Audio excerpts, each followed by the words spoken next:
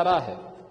अब हम AI, genomics, telemedicine, medtech, health tech, इन सब पे हम आगे चर्चा भी करेंगे, क्योंकि बजट में भी हम लोगों ने इसमें कुछ घोषणा की है, तो उसमें भी इन सब मुद्दों पे ये सभी चीजें, आपने चूंकि इस मुद्दे को उठाया था तो उसको मैं इसलिए बोल रहा था कि इस पे भी हम सेंटर ऑफ एक्सीलेंस विकसित करने का काम कर रहे हैं। इस सेक्टर में यूपी सबसे बड़ा मार्केट ही नहीं होगा, बल्कि फार्मा प्रोडक्शन का, फार्मा मैन्युफैक्चरिंग का भी एक केंद्र विकसित होगा। इसके लिए यूपी ने आज ललितपुर में एक फार्मा पार्क के निर्माण के कार्यक्रम को आगे बढ़ाया है।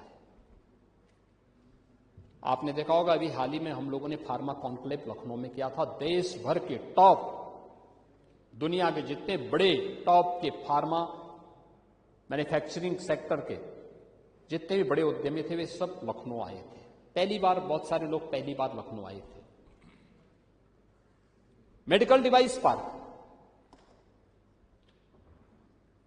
ये मेडिकल से जुड़ी हुई सभी चीजें सस्ते में और क्वालिटी के साथ उपलब्ध हो सके, ये भी यूपी के अंदर, हम गौतम बुद्ध नगर जनपद में इस पर हमारा काम तेजी के साथ आगे बढ़ चुका है। ये चीजें यूपी के अंदर हो रही हैं। और उत्तर प्रदेश के अंदर आज ये सभी कार्य यूपी के अंदर हम लोगों ने इस दिशा में भी अपने कार्य को आगे बढ़ा दिया है। ये यहां पे यूपी के अंदर इन चीजों पर गवर्नमेंट की कार्रवाई तेजी के साथ आगे बढ़ी है। महिला सशक्तिकरण की आप बात कर रहे थे। 9 वर्षों में महिला सशक्तिकरण का इससे बड़ा उदाहरण क्या हो सकता है। 2017 के पहले वुमेन वर्कफोर्स यूपी के अंदर ये कुल 13% थी, 12 से 13%। आज ये 36 से 37% है, 3 गुना से अधिक बढ़ी है। यानी कामकाजी महिलाओं की संख्या पहले की तुलना में 3 गुना से अधिक बढ़ी है। यूपी पुलिस की ही मैं बात करता हूं। यूपी पुलिस में महिलाओं की संख्या मात्र 10,000 थी, आज ये संख्या 44,000 पहुंची है। 44,000। और आपके समय में तो एक कहावती प्रचलित थी कि देख सपाई बिटिया घबराई। तो अब उसमें हम महिला सशक्तिकरण के लिए आपसे क्या बात करें। आज सुरक्षा से समृद्धि और एम्प्लॉयमेंट से एक्सीलेंस तक आत्मनिर्भरता, उद्यमी और नेतृत्वकारी नारी शक्ति उत्तर प्रदेश के अंदर लीडरशिप दे रही हैं। 9 लाख सरकारी नौकरी अब तक हम उपलब्ध करवा चुके हैं। इनमें 1,75,000 जो संख्या है, ये केवल महिलाओं के लिए समर्पित है। तो सरकारी नौकरी की मैं बात कर रहा हूं। ड्रोन दीदी, सेल्फ हेल्थ ग्रुप और लखपति दीदी को एक मजबूत इकोसिस्टम, वीसी सखी, हर ग्राम पंचायत में वीसी सखी बैंकिंग के कार्यों को तेजी से आगे बढ़ाने का काम कर रही है। और आप कह रहे थे कि गहना पहन करके कोई महिला निकल सकती है। आपके समय में तो दिन में नहीं निकलती थी, अब तो नाइट शिफ्ट में भी महिलाएं उद्योगों में और कार्यालयों में काम कर रही हैं। इससे बड़ा उदाहरण और क्या हो सकता है। उज्ज्वला योजना, बेटी बचाओ बेटी पढ़ाओ, प्रधानमंत्री मातृ वंदना, मुख्यमंत्री कन्या सुमंगला योजना, मुख्यमंत्री सामूहिक विवाह की योजना। सामूहिक विवाह की योजना में भी बेटी की शादी को लेकर के 1 लाख रुपया सरकार दे रही है। आप लोग भी जाइए, आपको मना थोड़ा किया जाता है। उन शादियों में जाना चाहिए, कन्यादान करने में योगदान देना चाहिए, क्योंकि कन्यादान तो बहुत बड़ा दान माना गया है।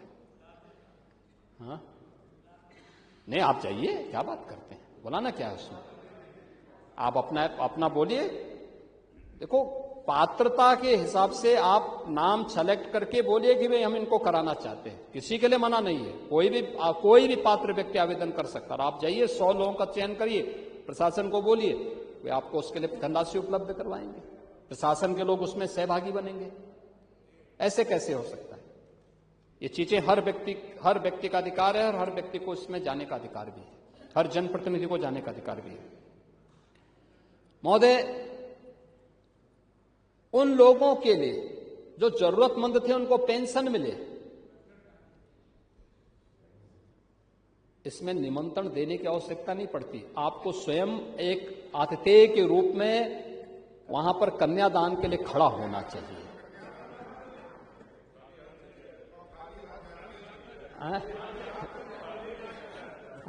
आप लोग ये आप लोगों की समस्या है कि खाली हाथ, सच वो ठीक बोल रहे हैं पाणी जी, उनको पुरानी याद आ गया उनको कि आपके समय क्या करते थे आप।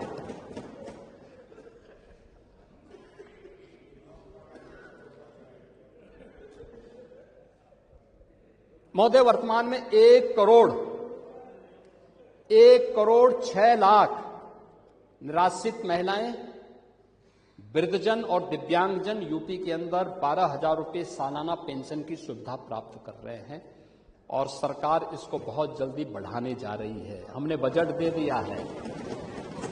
खन्ना जी घोषणा नहीं किए हैं, लेकिन मैं आज बता दे रहा हूं, परसों जब बोलेंगे तो एक घोषणा भी ये भी कर देंगे कि कितना बढ़ाने जा रहे हैं। दिव्यांगजन, आपके समय मात्र 300 पेंशन मिलती थी, आज हम 12,000 रुपये इसको सालाना दे रहे हैं। मोटराइज्ड ट्राईसाइकिल दे रहे हैं और इस बार तो हमने बेटियों के लिए ई ट्राईसाइकिल की भी घोषणा कर दी, इलेक्ट्रिक ट्राईसाइकिल की भी घोषणा की है।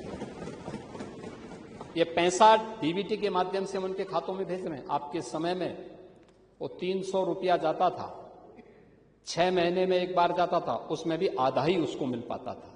आज डीबीटी के माध्यम से पूरा पैसा उस लाभार्थी के खाते में जाता है और हर एक जरूरतमंद को उसके हिसाब से हम लोगों ने उस लक्ष्य को प्राप्त करने के लिए सुविधा का लाभ दिया है। जीरो पॉवर्टी के लक्ष्य को प्राप्त करने की दिशा में भी सरकार ने जो कदम आगे बढ़ाए थे, निराश्रित महिलाओं के लिए pension, job card, ration card, निराश्रित महिलाओं के लिए पेंशन की सुविधा, जिन जरूरतमंदों के पास अपने आवास नहीं, उन्हें आवास की सुविधा उपलब्ध करवाना, जिनके पास आवास के पट्टे नहीं, उन्हें आवास के पट्टे उपलब्ध करवाने की कार्रवाई, ये सभी कार्रवाई को आगे बढ़ाते हुए समाजवादी पार्टी और कांग्रेस के तुष्टीकरण की मॉडल से उभार करके आज प्रदेश को संतुष्टीकरण की तरफ बढ़ाया गया है। 60 लाख गरीबों को एक एक आवास उपलब्ध करवाया गया है, एक एक आवास। हाँ, आप 20,000 देते थे, हम लोग 3.5 लाख आप केवल समाजवादी पार्टी के कैडर के लिए समाजवादी आवास देते थे। एक गरीब को इंदिरा आवास योजना में मात्र 20,000 रुपया मिलता था, 20,000 रुपया, मात्र 20,000 रुपया देते थे और वह पूरा नहीं होता था। हमारी सरकार ने, ये डबल इंजन की सरकार, नगरीय क्षेत्रों में 2.5 लाख देती है और ग्रामीण क्षेत्र में 1,20,000 रुपये आवास के लिए, शौचालय निर्माण के लिए 12 से 15,000 रुपये अतिरिक्त और मनरेगा के 90 दिन की मजदूरी के बराबर भी मानदेय उसे उपलब्ध करवाया जाता है। यानी जो अब ये जो पहली योजना थी, आगे उसी योजना को हम लोग विकसित भारत जी राम जी के साथ भी जोड़ने जा रहे हैं और यह कार्य हुआ है और इसका परिणाम क्या है कि 6 करोड़ से अधिक लोग गरीबी रेखा से उभरे हैं। इस बार भी हम लोगों ने जो बचे हुए लोग हैं, सफाई कर्मी हैं, निर्माण श्रमिक हैं, इनके लिए भी एक नई स्कीम को हम लेके आए हैं। बजट भाषण में उसकी भी घोषणा करेंगे, उसके बारे में भी बात करेंगे। महोदय, आज आप स्किल डेवलपमेंट ITI की बात कर रहे थे। ये व्यावसायिक शिक्षा में आता है, तकनीकी शिक्षा में नहीं। तो व्यावसायिक शिक्षा के मंत्री तो आप भी रहे हैं यूपी के अंदर, तो ITI तो आप जानते हो। हाँ, तो ये व्यावसायिक शिक्षा वही है और इसमें हम लोगों ने अब आज की जो नई तकनीक है, मॉडर्न तकनीक जिसको आप कह सकते हैं, आर्टिफिशियल इंटेलिजेंस, डिजिटल टेक्नोलॉजी से जुड़े हुए अन्य सेमीकंडक्टर का है, डेटा साइंस का है, इन सभी उभरते हुए सेक्टर में रोबोटिक का है, ड्रोन टेक्नोलॉजी का है, स्पेस टेक्नोलॉजी, इन सभी सेक्टर में भी हम लोगों ने नए सेंटर विकसित किए हैं। टाटा टेक्नोलॉजीज के साथ मिलकर के हम लोगों ने हर जनपद के 2-2 ऐसे ITI को इस नए जो इमर्जिंग टेक्नोलॉजी है इसके साथ जोड़ करके और फिर उसको हम एक हब एंड स्पोक मॉडल पर आगे बढ़ाने की कार्रवाई को तेजी के साथ कर रहे हैं।